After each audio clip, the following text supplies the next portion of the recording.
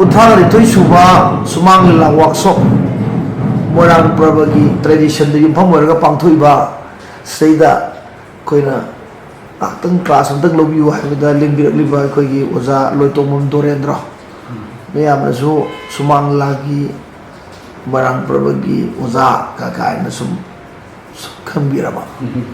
लोइना ओजाना सु याम पामजबा हाइतारे मोरांग पर्व ओजानी गा हाइबसे अदुना अखोई सुंबा मोरांग पर्व द युफम वरगा मोरांग पर्व कन्नन नम होनबदा सुमांग लाजी अमन साफोंग नम होनबदा पांगथुइबा वर्कशॉप सिगी तंगाई फदबो ओजा अमने खलगा कोन एक्सपर्ट अमन गातो बियु न लेंजल जनबियु हाइ मतब द लापिरिबो ओजा बो आन मक्तदा प्रोजेक्ट डायरेक्टर की माइके देगी मणिपुर स्टेट सुमांग ला काउंसिल की माइके देगी लोपुगा लोइन खुरुमजरी खरा मोचरी ओजा हम नमाइजे ओजा हेमंत ओजा तोला सना प्रोजेक्ट डायरेक्टर ओइ बिनी बना इको क्लास हम तक लोग जो तापी को शाम कुछ लोग जनिंग बदुया माने क्लास बुदी लोरोम दाइ क्लास जनिंग बद पिक थले भाई कुछ खंजरी बो खरसे ताहोरगे तुमगी मिरोल सिंग ताहोरसन वाइ कोइ जो मालम चत के ओजा सिंग दai खंजरक प खरसे मोइ दमु पिथरग ओजा तापीरम बद कोन लोइन मक तापी बदि ngam बोते अदा अमित्र ओइबा हाइतारे माने ही आइसेल वाइ क्या थबिरम दोनी दो अदा मसी ओजा सिबु कनानो ने कमाई तो जारो ने अइना फज फज ताको खर बिनो बिनो थिरकनी दो थिरक मतन दो मेरा थिरत्रसु यारबा ओजागी युम द डायरेक्ट त लांगना बा सी को बोरे सी तो ओरे सी माइ तो बदे सी तो पोरे तो खंगना बा ओजागी अदं मा क्लास दे मामोइना ना वारी त अतंग साना रगादा ओजागी बायोग्राफी अतंग सेगप याना ना बाइना वारी अतंग साना जबनी को ओजा याबी बगी दमक्ता आई गमखे थागसरी ओजागी मिंगजे मिनदी सम संबदा लापना त मणिपुर ताब तदा कोस्मो दोरे लेले द ताय मान कोस्मो दोरे लाइबिना पाबिरी ब्रा लोइतोमुम दोरे लाइबिना पाबिरी ब्रा अदे ओजा दोरे ले सबद बजर कमाई तोबा मिंग ओम जी मरु तो ख्वाइदि सुनबा सिद्धि कौदे याद्रे गा हाइबा सिन सीदा कौगनी सिदा कौगरी गा हाइना अखोई मियो बिजी यामना फावगल अदि मति बगुन याम लेरदि ममिंग यामी है बिजिंदी हाँ अदुम खंगल ले ओए ओजा हेमंत पृथ्वी की मी ले जे मा हे तो पथो अभी याम दिन मिंग हे तो याम थो ले अदुना ओजा की मिंग सी थवाई ख्वाइदि खोइदा मिंग सी करम ओइबिरम नो अदुगा कौदे यादव मिंग सी काय ओइबिरम नो नि जेतन ए हंगजेनिंगबा मयाम या पाम बतो अदु आई अदु को रकन हाइरु या पोतेबा हुजिक सुमयाम अदुम कोस्मो दोरे ने अदुम कौरी कोई एमपी बिमोल से अमोम चा बिमोल से मा अदुम ऐसे कोस्मो की डायरेक्टर ओइनी ने अदुम लौजे माली कबो अदुम ओइ कोई अनांग सिंग दा नोय अमु तौरो आई दिन भारत थिएटर से ओसा सुधीरम मोम तो होय मान कन सेंगबत सरबन अमीना गा इबा इंगा ले गा आई खंजी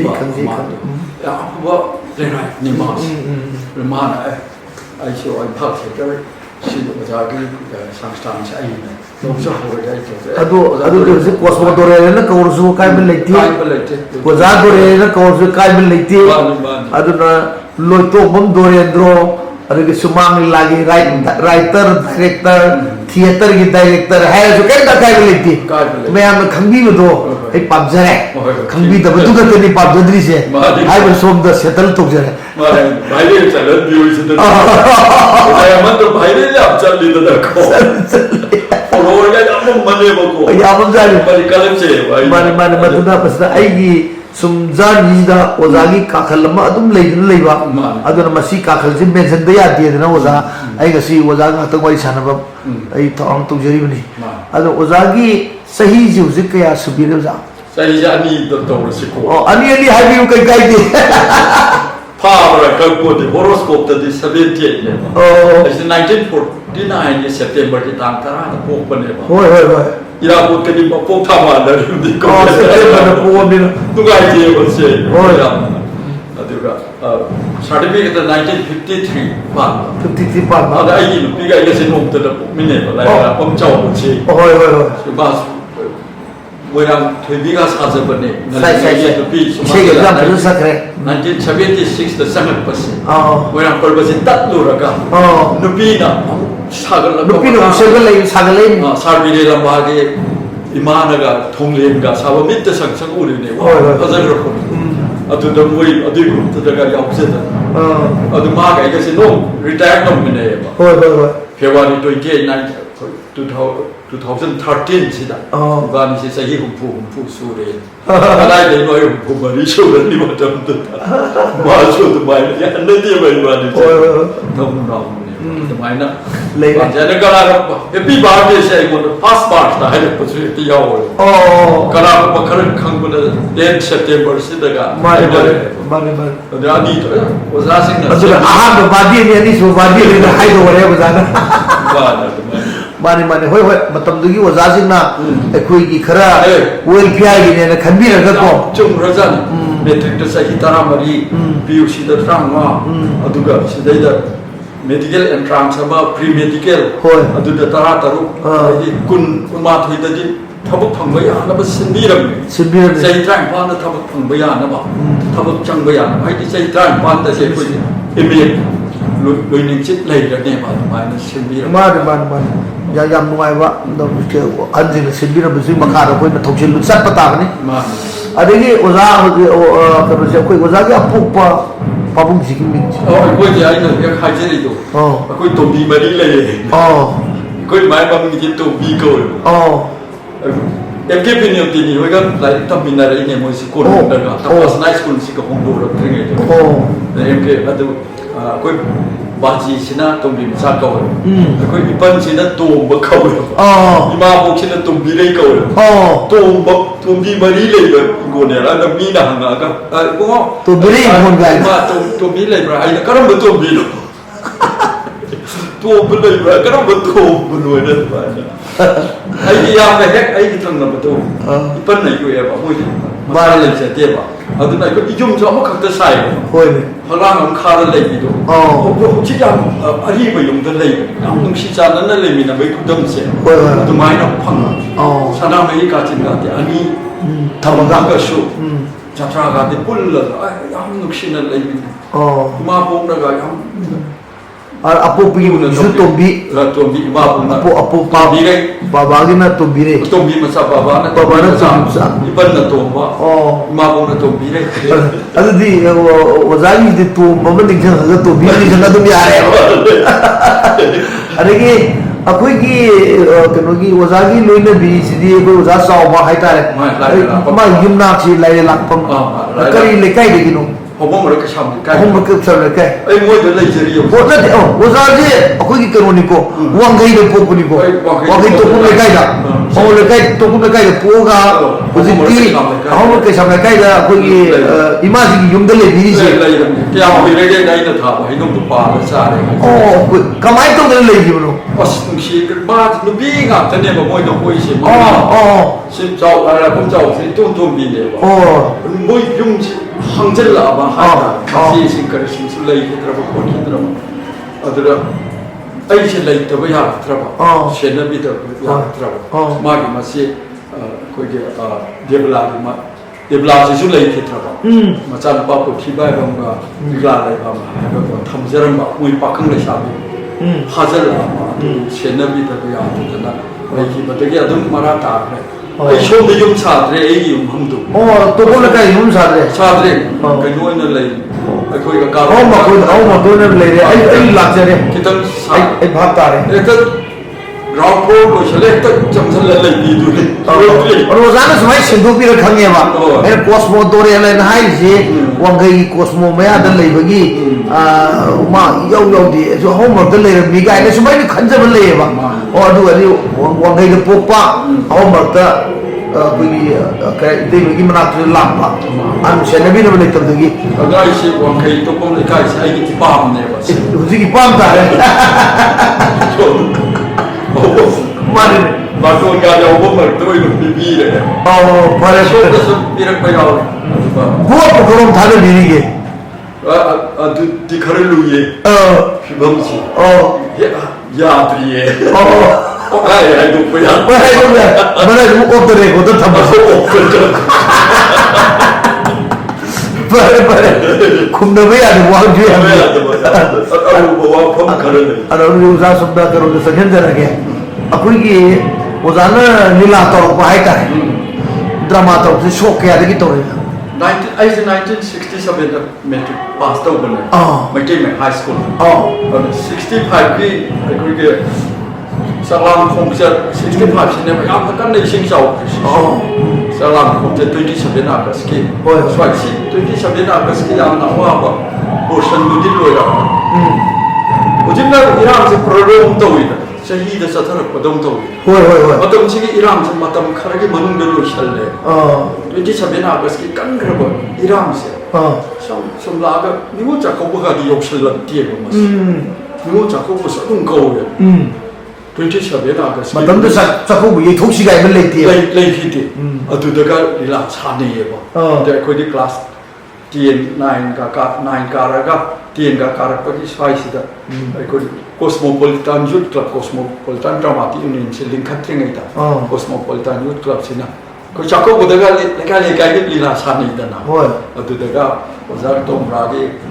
lila sada gi chajiye na rabona sita ha ba ki sigi tradition aduna aduna sida jwar sana ko mayam sen jwar sana ri ngai se police la ga pha ge to ba kan da moi na jwar gi se tu jwar gi se to khoi ga no makha da phita tu makha da injan ga moi na ta be ta drama ho bo ne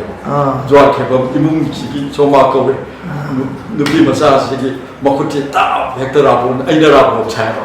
lo cha la se lo se ta nang se de ga nu pi wo de ga dam ni ga drama ji ta ni am je lo ko pa de de si pa me am na sa ga cái người cứ vào sao được pha cái là còn cái người sẽ drama reaction tổng hợp đi 오늘 내내 그것들이 시작해요. 나도 오라 이랬다. 그래서 라이트 하고 뭐야 와 아들 커넥션도 라마이온가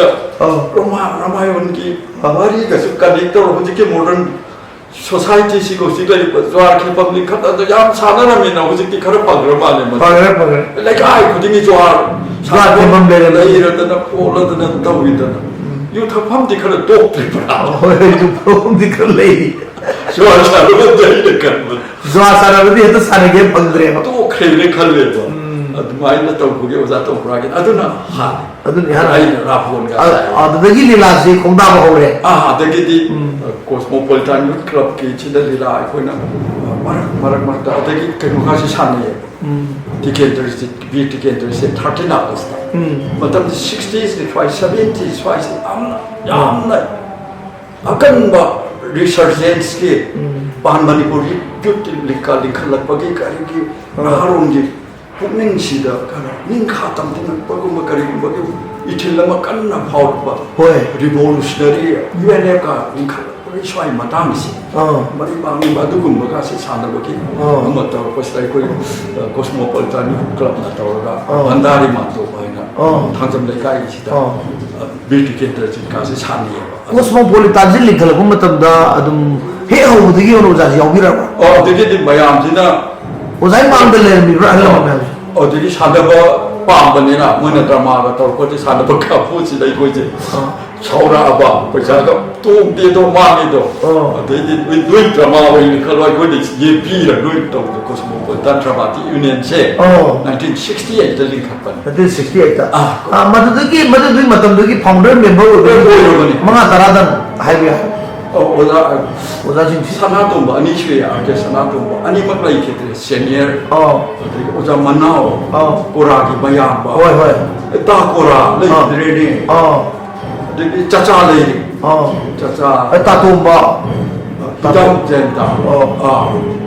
뭐야 아이네 강한 뭐야 아이네 멤버가 오자 닐드서 kummal로 닐드서 kumman नुक्सीबनी आमना उसी लिए वो कोस्मोगी अपोगी उजा नंद कुमार मना team का मुझे को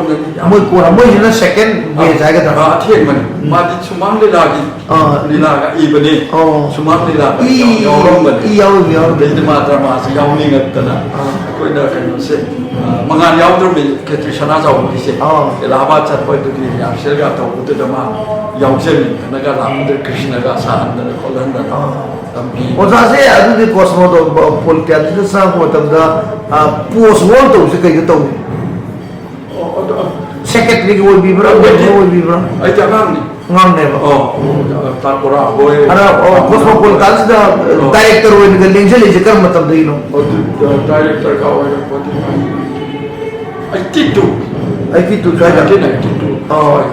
cosmopolitan da uzana koi direction kya to ge phun ya mangani kun kia thai kun ma ga lepak na recognition pi gi bai tare best production ni bata gi bana tra lepak na ya gi se kya le kya yo no ya gi na ayam tai sikita ne to na ma le oi korai sita North East Theatre Organization na moina sahi kutingi pop play sing sita competition tawram possible ki atu da ina direction pi ba ko ge mihar adaki kau kai ka sia adu da sane adu da best director best production ga tai adu prize ko na low da ko si tarau tu ga je low na tu pare da ga thama photo ga kap da ga to ku yao cosmopolitan da le matam da koi wazai bu lamjing lam tai ba wazai na director wari ba writer wari ba actor wari ba hai tare ko sibu tambi tak pir ko waza sing sing manung da kana kana tak piri me ha ba de oja se mapan oja se kau tu ni mapan oja se pabung tu bi she ni tu anti theater ki anti theater ki pabung tu bi Deepak Hoi Pal ai ke bira di baba se ya koi noi ga se komin bala ga se komin ara ini koi ko jana bagi koi tai ima se aduna oja na ko dai mon be halas mo de ga tai ma ko bom trom tro tu bala ga bu ji so de ko to mai ko ta tai ni film da du lai ba se ko ko oja na ba tu kara halam ga ni halin na bala ga ko lu halam ga ni halam mani adu film tu ni ta sha su mo da ga ma ga ya da na ko ta na pabung tom bi se phok se phok theater stage phok theater se ma ai se sida ne ba ko na han ba chang ni se na bu ga di tap na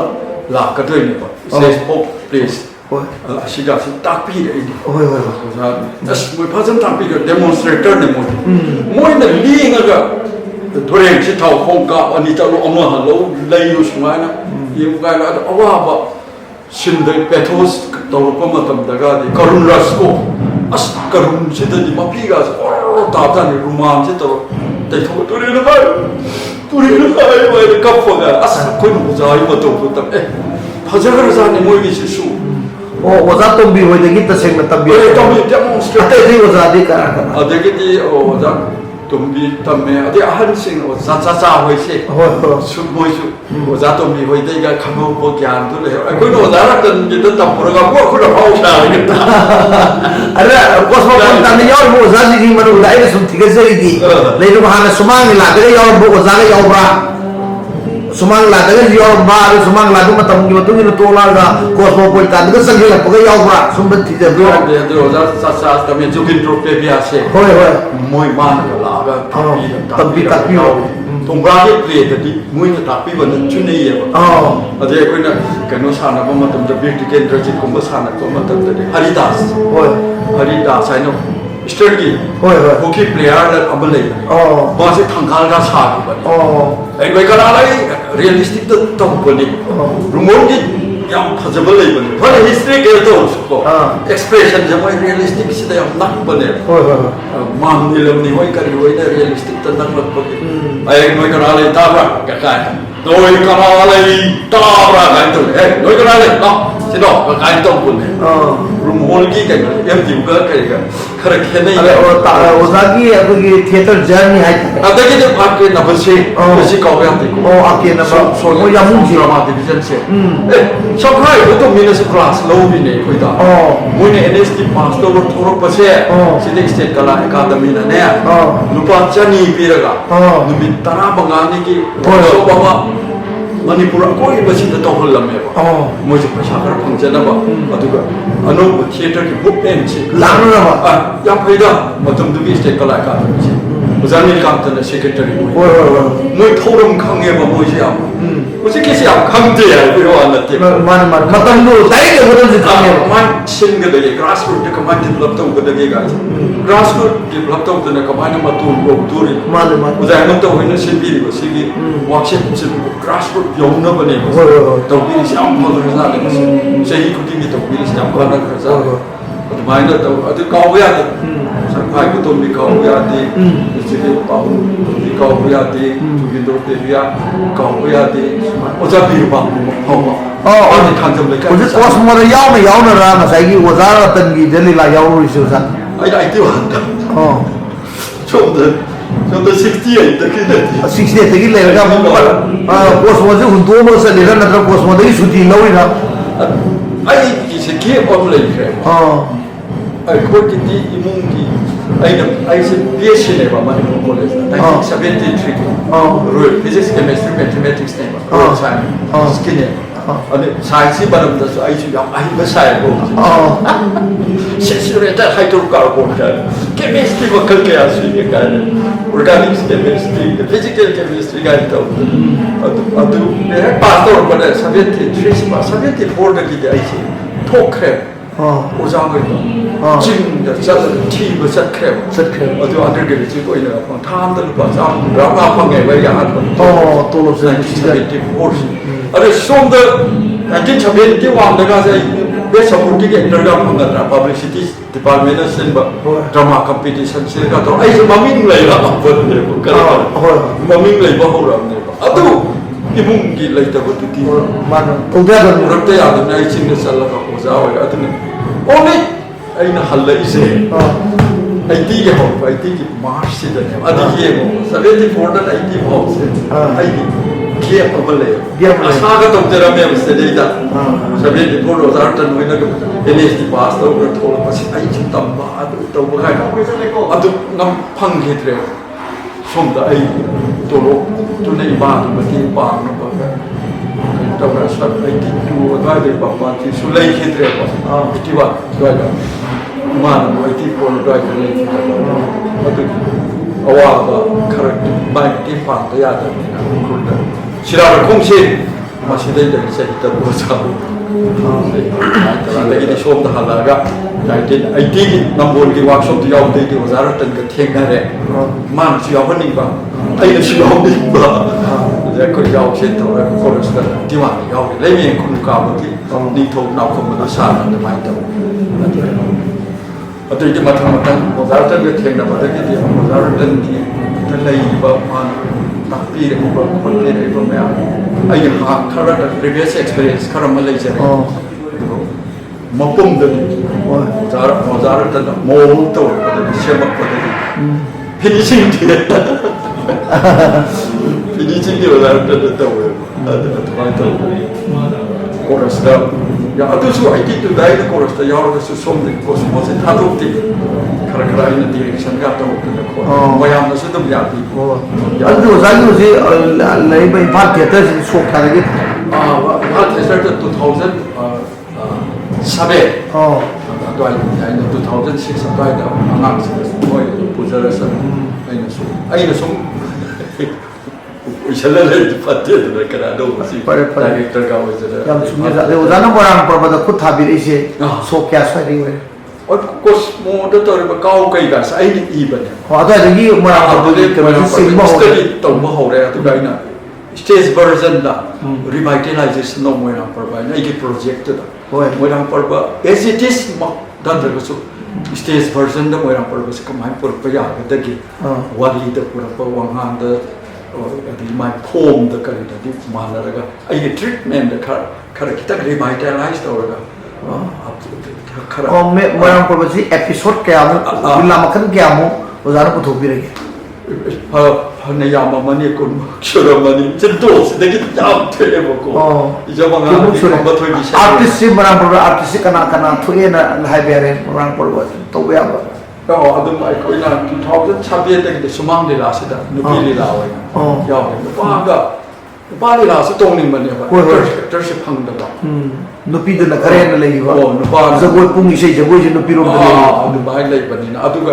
ꯂꯥꯛꯄꯝ ꯆꯥꯎꯕ ꯑꯩ ꯅꯨꯄꯤꯁꯤ ꯍꯣꯏ ꯍꯣꯏ ꯁꯤꯁꯨ ꯑꯩꯉꯣꯟꯗ ꯌꯥꯝꯅ ꯀꯥꯟꯅꯕ ꯍꯥꯏꯇꯥꯔꯦ ꯃꯥꯅ ꯌꯥꯎꯔꯛꯄꯒꯤ ꯍꯣꯏ ꯏꯇꯩꯃꯁꯤꯅꯁꯨ ꯐꯨꯜ ꯁꯞꯄꯣꯔꯠꯅꯦꯕ ꯃꯃꯥꯗ ꯌꯥꯎꯁꯦ ꯃꯥꯅ ꯏꯁꯩꯁꯦ ꯌꯥꯝ ꯌꯥꯎꯋꯦꯕ ꯑꯩꯅ ꯗꯤꯔꯦꯛꯁꯟꯗꯨꯒꯤꯅꯤꯗ ꯑꯗꯨꯒ ꯃꯥꯒꯤ ꯐꯣꯝꯗꯨꯗꯤ ꯃꯥꯒꯤ ꯉꯥꯛꯇꯅꯤ ꯑꯌꯥꯝꯕ ꯑꯗꯨꯃꯥꯏꯅ ꯇꯧꯔꯒ ꯐꯅꯌꯥꯝꯅ ꯇꯧꯔꯦ ꯑꯗꯨꯗ ꯑꯩꯅ ꯃꯌꯥꯝꯅ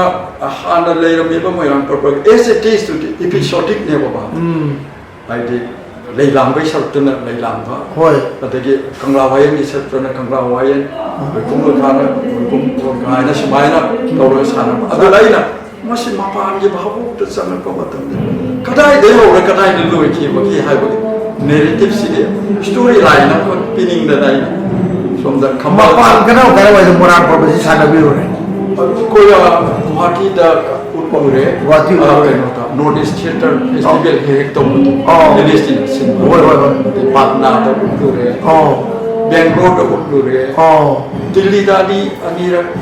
ꯎꯠꯂꯨꯔꯦ ꯑꯗꯣ ꯃꯣꯏꯔꯥꯡ ꯄꯔꯕꯁꯤ ꯎꯠꯄ ꯃꯇꯝꯗ ꯃꯣꯏ ꯑꯁꯣꯝꯒꯤ ꯚꯥꯕꯣꯛꯁꯤꯡꯅ ꯀꯔꯤ ꯅꯨꯡꯉꯥꯏꯕ ꯐꯥꯎꯕ꯭ꯔꯥ ꯀꯃꯥꯏ ꯇꯧꯒꯦ ꯁꯦꯠꯁ ꯐꯥꯎꯔꯦ ꯍꯥꯏꯕ ꯇꯥꯔꯦ ꯑꯗ ꯍꯤꯟꯗꯨ ꯄꯦꯄꯔꯗ ꯍꯤꯟꯗꯨ ꯅ꯭ꯌꯨꯁ ꯄꯦꯄꯔꯁꯤꯗ ꯏꯟꯇꯔꯚ꯭ꯌꯨꯒ ꯂꯧꯈꯤꯕ ꯂꯩ ꯑꯣꯖꯥꯒꯤ ꯏꯟꯇꯔꯚ꯭ꯌꯨ ꯂꯧꯈꯤꯕ ꯑꯗꯨꯒꯤ ꯑꯩꯅ ꯀꯥꯞ ꯇꯧꯔ ꯊꯝꯃꯦ ꯑꯗ ꯍꯤꯟꯗꯨꯗ ꯍꯥꯞꯄꯛꯄꯗ ꯑꯣꯖꯥ ꯁꯔꯆꯟꯗ꯭ꯔ ꯃꯣꯏ ꯁꯣꯔꯣꯛꯈꯥꯏꯕꯝ ꯁꯔꯆꯟꯗ꯭ꯔꯗꯨ MTUꯒꯤ ꯍꯧꯖꯤꯛ ꯁꯦꯀ꯭ꯔꯦꯇꯔꯤꯒ ꯑꯣꯏꯔꯤꯁꯦ ꯑꯣꯖꯥꯗꯧꯅꯦ ꯅꯪꯒꯤꯁꯦ ꯍꯤꯟꯗꯨꯗ ꯌꯥꯎꯔꯛꯑꯦꯅꯦ ꯀꯥꯏꯅ ꯐꯣꯟꯒ ꯇꯧꯔꯦ ꯅꯨꯡꯉꯥꯏꯕ ꯍꯤꯟꯗꯨ ꯄꯦꯄꯔꯗ ꯑꯩꯒꯨꯝꯕ ꯑꯃꯒꯤ ꯏꯟꯇꯔꯚ꯭ꯌꯨꯒ ꯌꯥꯎꯕꯁꯦ ꯃꯃꯜ ꯌꯥꯝꯅ ꯂꯧꯅꯩꯌꯦꯕ ꯍꯤꯟꯗꯨꯒꯤ ꯈꯕꯔ ꯍꯤꯟꯗꯨꯁꯨ ꯑꯐꯥꯎꯕ ꯈꯕꯔꯅꯤ ꯑꯇꯩ ꯈꯕꯔꯗꯨꯗꯒꯤ ꯑꯗꯨꯗ ꯑꯗ ꯑꯣꯖꯥꯅ ꯍꯧꯖꯤꯛ ꯄꯨꯊꯣꯛꯄꯤꯕ ꯀꯂꯥꯀꯥꯔꯁꯤꯡꯁꯦ ꯃꯁꯛ ꯃꯃꯤꯡ ꯈꯔ ꯍꯥꯏꯕꯤꯕ ꯌꯥꯕ꯭ꯔꯥ ꯍꯧꯖꯤꯛ ꯁꯧꯔꯥ ꯁꯥꯕꯗ ꯅꯤꯡꯊꯧ ꯁꯥꯕꯗ ꯃꯣꯏꯔꯥꯡ ꯁꯧꯔꯥꯁꯤ ꯑꯩꯈꯣꯏ ꯑꯄꯅꯥꯁꯤ ꯑꯄꯅꯥꯁꯤꯃ ꯈꯪꯖꯔꯦ ꯑꯄꯅꯥꯁꯤ ꯁꯧꯔꯥ ꯃꯉꯣꯟꯗ ꯁꯧꯔꯥꯒꯤ ꯀ꯭ꯋꯥꯂꯤꯐꯤꯀꯦꯁꯟꯗꯤ ꯂꯩꯔꯦ ꯕꯤꯗ꯭ꯌꯥꯔꯥꯅꯤꯅ ꯃꯌꯨꯝ ꯊꯣꯛꯈ꯭ꯔꯦꯕ ꯃꯌꯨꯝ ꯄꯥꯟꯕꯗꯩꯗꯤ ꯌꯥꯎ ꯃꯥꯁꯤ ꯊꯣꯏꯕꯤ ꯁꯥꯕꯗ ꯊꯣꯏꯕꯤꯁꯤ ꯃꯉꯣꯟꯗ ꯅꯞꯈ꯭ꯔꯕꯅꯦ ꯃꯌꯥꯝꯅ ꯊꯣꯏꯕꯤ ꯁꯥꯕꯤ ꯅꯞꯈ꯭ꯔꯒ ꯃꯌꯨꯝ ꯍꯦꯛꯇ ꯄꯥꯟꯊꯣꯛꯈꯤꯕ ꯃꯌꯨꯝ ꯄꯥꯟꯕꯗꯨꯗ ꯃꯥ ꯑꯃꯨꯛ ꯇꯧꯅꯕ ꯃꯌꯨꯝ ꯄꯥꯜꯂ ꯃꯇꯨꯡꯗ ꯑꯗꯨꯝ ꯇꯧꯔꯗꯤ ꯐꯕ ꯑꯗꯨ ꯗꯤꯞꯇꯤꯅ ꯅꯨꯄꯤ ꯃꯆꯥ ꯑꯃ ꯃꯥ ꯏꯁꯩꯁꯨ ꯑꯣꯖꯥ ꯕꯦꯗꯕꯇꯤꯗꯣ ꯑꯗꯨꯗꯒ ꯏꯁꯩꯒ ꯇꯝꯖ ꯈꯣꯠꯆꯗꯅ ꯇꯧꯔꯤ ꯃꯥ ꯑꯃ ꯊꯣꯏꯕꯤꯁꯤ ꯁꯥꯖꯔꯤ ꯃꯁꯛ ꯃꯇꯧꯗꯤ ꯐꯖꯩ ꯑꯩꯈꯣꯏ ꯔꯨꯄꯥ ꯈꯪꯉꯦ ꯁꯦꯅꯨꯕꯨ ꯁꯥꯔꯁꯨ ꯃꯃꯥꯗꯨ ꯁꯥꯔꯣ ꯃꯃꯥꯕꯨ ꯁꯥꯔꯣ ꯃꯉꯣꯟꯗ ꯈꯔ ꯂꯩꯔꯦ ꯑꯗꯒꯤ ꯑꯩꯈꯣꯏ ꯁꯨꯕꯥꯁ ꯍꯥꯏꯅ NSTꯒꯤ ꯁꯦꯀꯦꯟ ꯏꯌꯥꯔ ꯍꯣꯏ ꯁꯨꯕꯥꯁꯇꯣ ꯑꯋꯥꯡ ꯆꯥꯎ ꯃꯁꯛ ꯃꯇꯧ ꯐꯖꯩ ꯑꯉꯧꯕ ꯃꯌꯥꯝꯄꯥꯜꯂꯣꯝꯗꯒꯤ MAꯒ ꯂꯣꯏꯖꯔꯝꯅꯦꯕ ꯌꯨꯅꯤꯚꯔꯁꯤꯇꯤ ꯑꯣꯐ ꯀꯜꯆꯔꯗꯒꯤ ꯃꯥꯁꯦ ꯑꯩꯒꯤꯗ ꯈꯔ ꯆꯍꯤ ꯑꯃ ꯑꯅꯤ ꯌꯥꯎꯖꯩ ꯑꯗꯨ ꯈꯝꯕꯒ ꯁꯥꯏ ꯏꯁꯩꯁꯨ ꯁꯛꯄ ꯉꯝꯃꯦ ꯑꯗꯨ ꯃꯥꯁꯨ ꯄꯨꯡꯁꯤ ꯁꯪꯀ꯭ꯔꯤꯇꯣꯟ ꯁꯣꯔꯥ ꯃꯄꯨꯡꯒ ꯌꯩꯔꯛꯑꯦ ꯍꯥꯏ ꯑꯗꯒꯤ ꯃꯥꯅ ꯑꯁ ꯑꯣꯖꯥ NST ꯇꯝꯃꯒꯤ ꯀꯩꯅꯣ ꯇꯧꯔꯒꯦꯅ ꯑꯁ ꯑꯩꯒꯤꯗ ꯃꯥ ꯅꯩꯔ ꯂꯩꯕꯅꯤ ꯀꯗꯥꯏ ꯅꯣꯡꯉꯥꯟꯕꯩ ꯅꯨꯃꯤꯗꯥꯡ ꯁꯨꯕꯥꯁꯅ ꯆꯥꯛ ꯆꯥꯔꯕ ꯆꯥꯔꯛꯇ꯭ꯔꯦ ꯑꯣꯖꯥ ꯆꯥꯒꯦꯔꯥ ꯍꯣꯏ ꯑꯣꯖꯥꯅ ꯍꯧꯖꯤꯛ ꯇꯧꯔꯤꯕ ꯁꯤꯟꯐꯝꯁꯦ ꯁꯤꯗ ꯃꯇꯦꯡ ꯄꯥꯡꯕꯗ ꯏꯆꯥꯅꯨꯄꯥ 2 ꯂꯩꯔꯦꯀꯣ ꯏꯆꯥꯅꯨꯄꯤꯗꯤ ꯌꯥꯎꯗ꯭ꯔ ꯃꯥꯜꯂꯦ ꯏꯆꯥꯅꯨꯄꯤ ꯃꯌꯨꯝ ꯄꯥꯜꯂꯁꯤꯅ ꯋꯥꯡꯈꯩ ꯋꯥꯡꯈꯩꯒ ꯗꯦꯝꯄꯤ ꯀꯧꯋꯦ ꯗꯦꯞꯇꯤ ꯃꯥ ꯃꯌꯨꯝ ꯄꯥꯟꯈ꯭ꯔꯦ ꯑꯗꯒꯤꯗꯤ ꯏꯆꯥꯅꯨꯄꯥ ꯄꯥꯔꯤ ꯂꯩꯔꯤꯀꯣ ꯑꯗꯩ ꯄꯥꯔꯤ ꯃꯈꯥꯗ ꯑꯃ ꯂꯩꯔꯤꯀꯣ ꯃꯣꯏꯁꯤꯡꯁꯦ ꯄꯥꯔꯤꯕꯨꯗꯤ ꯀꯩꯅꯣ ꯇꯧꯔꯦ ꯑꯣꯖꯥꯒꯤ ꯂꯤꯈꯨꯟꯗ ꯆꯪꯉꯦ ꯃꯥꯗꯤ ꯄꯣꯁ ꯃꯣꯗꯔꯟꯗ ꯃꯥ ꯐꯖꯅ ꯇꯧꯔꯦ ꯂꯤꯂꯥ ꯑꯃꯕꯨ ꯑꯣꯏꯔꯁꯨ ꯑꯃꯕꯨ ꯇꯧꯔꯦ ꯑꯗꯣ ꯑꯇꯣꯝꯕꯁꯤꯗꯤ ꯑꯣꯖꯥꯒꯤ ꯂꯤꯈꯨꯟꯗ ꯆꯪꯒꯦ ꯈꯟꯗꯕ꯭ꯔꯥ ꯃꯥ ꯑꯉꯥꯡ ꯑꯣꯏꯔꯤꯉꯩꯗꯗꯤ ꯌꯥꯎꯔꯛꯑꯦ ꯐꯨꯠꯕꯣꯜꯁꯨ ꯃꯥꯏꯈꯨꯝꯗ ꯍꯧꯖꯤꯛꯇꯤ ꯃꯥ ꯃꯣꯏ ꯂꯩꯔꯕ ꯃꯥ ꯏꯟꯖꯤꯅꯤꯌꯥꯔꯤꯡ ꯁꯣꯐꯋꯦꯌꯔ ꯏꯟꯖꯤꯅꯤꯌꯥꯔꯤꯡ ꯇꯝꯃꯛꯄꯅꯦ ꯃꯥꯁꯦ ꯑꯗꯒꯤꯗꯤ ꯃꯥ ꯑꯗꯨ ꯊꯣꯛꯂꯛꯑꯦ ꯑꯗꯨꯒ ꯊꯕꯛꯁꯨ ꯑꯩꯅ ꯏꯟꯇꯔꯚ꯭ꯌꯨ ꯌꯥꯎꯍꯧꯗꯗꯅ ꯁꯤꯒꯤ ꯀꯔꯤꯅꯣꯃ ꯀꯣꯏꯔꯦꯡꯒꯩꯗ ꯂꯩꯕ ꯁ꯭ꯀꯨꯜ ꯑꯃꯈꯛ ꯂꯩꯕ ꯑꯗꯨꯒꯤꯗ ꯑꯗꯨꯒꯤꯗ ꯊꯕꯛ ꯇꯧꯖꯔꯤ ꯃꯥꯅ ꯃꯥꯒꯤ ꯑꯣꯞꯁꯟꯗ ꯖꯤꯝ ꯆꯠꯄꯁꯦ ꯌꯥꯝ ꯅꯨꯡꯉꯥꯏꯔꯦ ꯑꯣꯖꯥꯒ ꯑꯩꯈꯣꯏꯒꯤ ꯋꯥꯔꯤꯁꯤꯗꯤ ꯄꯥꯛ ꯂꯣꯏꯔꯣꯏ ꯈꯪꯖꯩ ꯄꯥꯛ ꯂꯣꯏꯔꯦ ꯖꯔꯅꯤꯁꯤ ꯌꯥꯝ ꯁꯥꯡꯈ꯭ꯔꯦ ꯀꯜꯆꯔꯒꯤ ꯃꯔꯝꯁꯤꯗ ꯊꯤꯌꯦꯇꯔꯒꯤ ꯃꯔꯝꯁꯤꯗ ꯑꯗꯣ ꯑꯣꯖꯥ ꯀꯩꯅꯣ ꯇꯧꯕꯗ ꯂꯣꯏꯁꯤꯜꯂꯛꯄꯗ ꯑꯣꯖꯥꯒꯤ ꯃꯤꯡꯁꯦ ꯂꯣꯏꯇꯣꯡꯕꯝ ꯗꯣꯔꯦꯟꯗ꯭ꯔꯣꯅ ꯑꯗꯨꯝ ꯊꯤꯔꯛꯄ ꯑꯗꯨꯀꯥꯟꯗꯨꯗ ꯃꯣꯏꯔꯥꯡ ꯄꯔꯕꯒꯤ ꯑꯣꯖꯥꯅ ꯊꯤꯔꯛꯄ ꯊꯤꯌꯦꯇꯔꯒꯤ ꯑꯣꯖꯥꯅ ꯊꯤꯔꯛꯄ ꯑꯗꯒꯤꯗꯤ ꯀꯗꯥꯏꯗ ꯂꯩ ꯍꯥꯏꯔꯒ ꯍꯧꯖꯤꯛꯇꯤ ꯈꯪꯍꯟꯒꯗꯒꯦ ꯍꯧꯕ ꯃꯔꯛ ꯀꯩꯁꯥꯝ ꯂꯩꯀꯥꯏꯁꯤ ꯁꯤꯗ ꯁꯦꯇꯜ ꯇꯧꯔꯦ ꯀꯅꯥꯒꯨꯝꯕ ꯆꯤꯊꯤ ꯄꯤꯕꯤꯅꯤꯡꯉꯁꯨ ꯀꯅꯥꯒꯨꯝꯕ ꯂꯤꯂꯥꯏ ꯋꯥꯔꯤ ꯁꯥꯟꯅꯅꯤꯡꯉꯁꯨ ꯑꯗꯨ ꯋꯥꯡꯈꯩ ꯊꯣꯛꯐꯝ ꯂꯩꯀꯥꯏꯗ ꯇꯧꯔꯁꯦ ꯃꯣꯏ ꯐꯣꯟ ꯍꯦꯛꯇ ꯇꯧꯔꯛꯀꯅꯤ ꯑꯗꯣ ꯑꯩ ꯇꯣꯏꯅ ꯑꯗꯨꯕꯨ ꯍꯧ ꯃꯔꯛꯇ ꯆꯠꯂꯒꯗꯤ ꯐꯣꯟꯗꯤ ꯇꯧꯅꯗ꯭ꯔꯦ ꯑꯗꯨ ꯑꯃꯨꯛꯇꯪ ꯇꯧꯔꯦ ꯑꯣꯖꯥ ꯂꯩꯔꯝꯗꯦ ꯑꯩ ꯂꯥꯛꯆꯔꯒꯦ अरे मैं आपने जो क्लासिक गाई ले रही है ना बता रहा हूँ जैसे लजो आप Thank you, thank you, thank you.